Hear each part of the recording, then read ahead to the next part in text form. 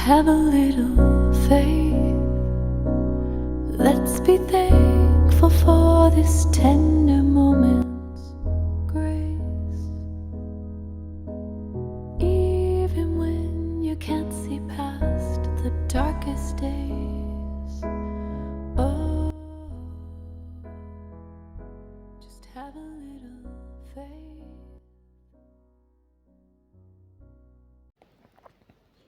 1 Corinthians chapter 10, verse 13. It reads, "No temptation has overtaken you except such as is common to man. But God is faithful, who will not allow you to be tempted beyond what you are able. But with the temptation will also make the way of escape, that you may be able to bear it."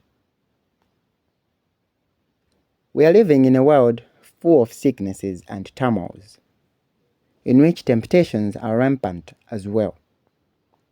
Sometimes we think that the temptations that we're facing in life are just special for us. But the same temptations, some have faced them before, some are facing them at present, and some will face them in the future as well. There is nothing new under the sun.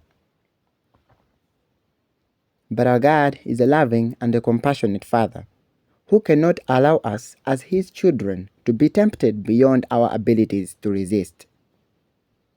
Some temptations are meant to make us humble, perseverant, patient, and even to awaken our diminishing faith in God.